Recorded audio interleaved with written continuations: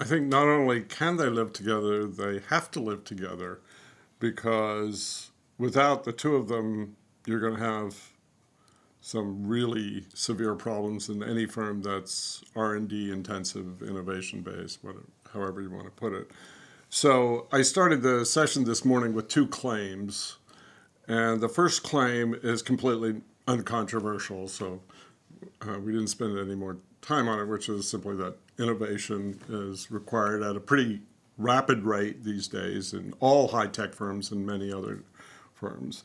The second claim is more provocative, which is that most new ideas are bad.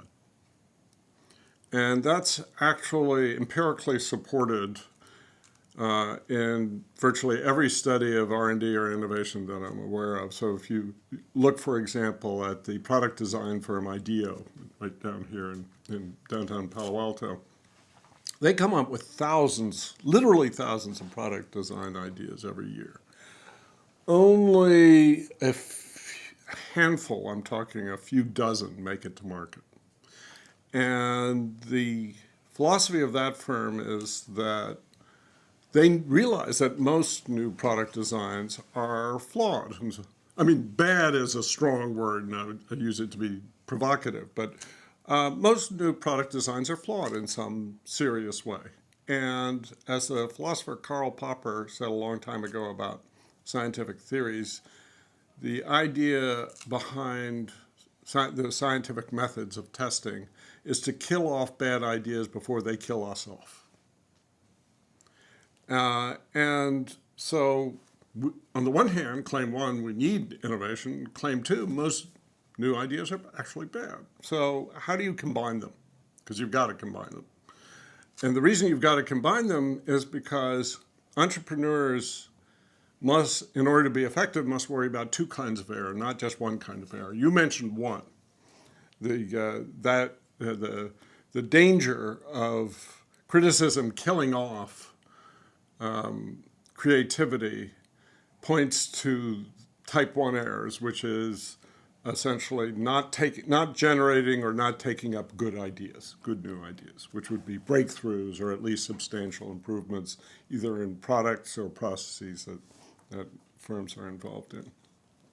So that's the one, since we're at Stanford University and we're right near Silicon Valley, and a lot of our students want to be entrepreneurs, have been entrepreneurs, want to continue to be entrepreneurs.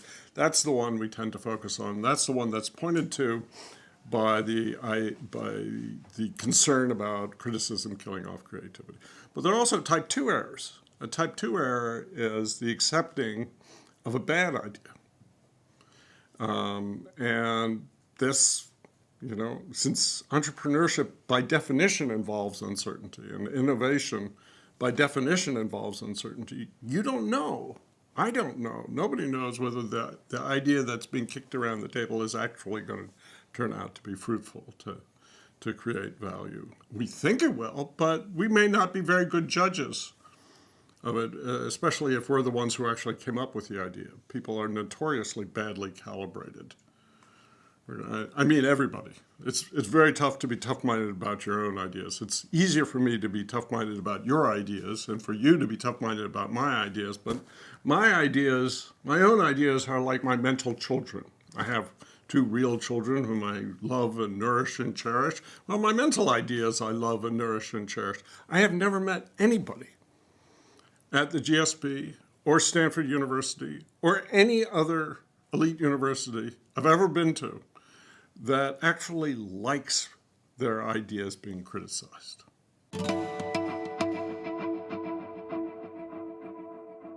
A couple of ideas came out of the meeting this morning. One of them was an interesting kind of routine that one of the firms uses, which is they have a rubric, which are simply a bunch of criteria or dimensions regarding technical possibility, regarding market potential, and so on and so forth, that any new idea has to be scored on. And as the entrepreneur who does this explained to the rest of us, in his firm, it seems that there's an understanding that this isn't a personal matter. So I could have come up with an idea, a new idea, and it's promising on 4 of the 6 dimensions, but you know what? I didn't even think of dimensions 5 and 6. And it turns out my design is deficient on those. And this is just something that happens to people when they're designing new alternatives. It's hard keeping a large set of evaluation criteria in mind. And as he put it literally, and I'm quoting him, the designer in one case just forgot dimensions 4 and 6. And so, and it turns out that the project idea is not very good on those 2 dimensions. Now, let's suppose that it's fixable on dimension 4. So it needs elaboration, which almost all new ideas require. Needs elaboration, and it turns out to be fixable. But on dimension 6, not so much.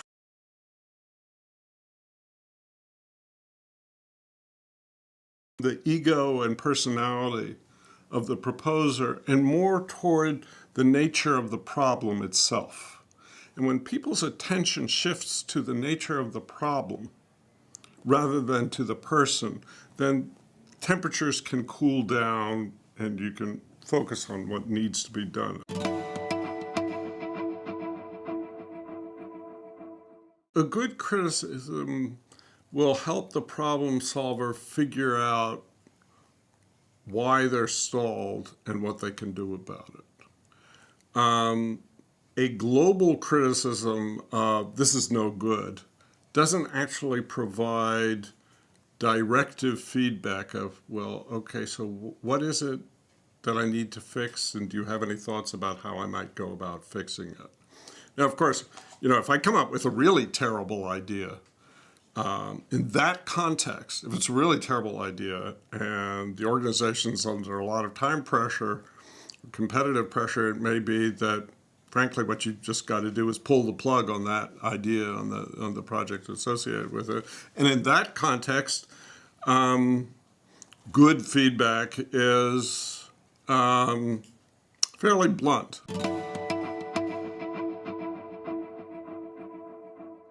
Traditionally, leaders have not tolerated being criticized. Just to take us back a little bit historically, what we might call the Enlightenment project, which goes back to Europe in the 1700s, what we call the Enlightenment project has to do with the creation of a new authority system in human institutions. And the authority system is not democracy. It's not ruled by the people, but it's rather ruled by evidence. The appearance of the empirical sciences in the 1700s and taking off really in the 1800s has to do with the creation and human organizations saying, look, it doesn't matter how high up you are. If you're making a claim about the world, this is going to work, this is not going to work, it's an empirical claim, and you could be wrong. We're all fallible. That's the Enlightenment ethos. We are all fallible. Tell you a story, an innovation story. There was a doctor in Vienna in the mid-1800s named Semmelweis. Semmelweis worked in an obstetrics ward in an important Viennese hospital. And he didn't know anything about germs because the germ theory of disease, Pasteur and Robert Koch in Germany, hadn't been invented yet. 20 years later, it would come. But Semmelweis was worried about pregnant women dying at terrible rates in his ward. And so I don't know how he stumbled on this empirical method. He stumbled on the idea of having his people, his doctors and residents and interns wash their hands in a chlorine solution between patients, and importantly, between doing autopsies and patients. You may find it hard to believe, but in those days, they would go from an autopsy directly to the obstetrics ward without washing their hands. Of course, their hands were just crawling with bacteria. They were killing women. So Semmelweis had them wash hands. And if you look at an overtime plot of the death rate in his ward, it went like this. Boom, boom, boom, boom, boom, wash hands. You didn't need econometrics, you didn't need statistics. It was just obvious from eyeballing the data. Something about the chlorine solution was saving women's lives. Well, but, a lot of doctors in Vienna refused to accept the evidence. And they were important doctors in positions of authority, and they didn't have to. And Semmelweis died an embittered man. It wasn't until Pasteur and Koch and so forth when we started to put the foundation under this, and then finally those kinds of death rates started to go away. But this is a long-term project. You put your finger on such an important problem, you can't expect it to be solved overnight. Human beings are not comfortable with the idea of saying the boss at the top is fallible too. Everybody in the organization is fallible. Everybody should be subject to the authority of evidence. But, when we compare, say, medical organizations we've got today or high-tech firms we've got today, we've come a long way from the 1850s. We have made a lot of progress. Smart leaders know how to create organizations that protect themselves from themselves. You do things like, we all eat in the same cafeteria. My office is not on the 15th floor and is huge and grand and everybody else. No, we do things to minimize the status differences inside the organization because it's those status differences that are constantly sending messages to people. The CEO is merely a god. He's infallible. He's Steve Jobs. He can't make mistakes. Yeah? Hell, everybody makes mistakes.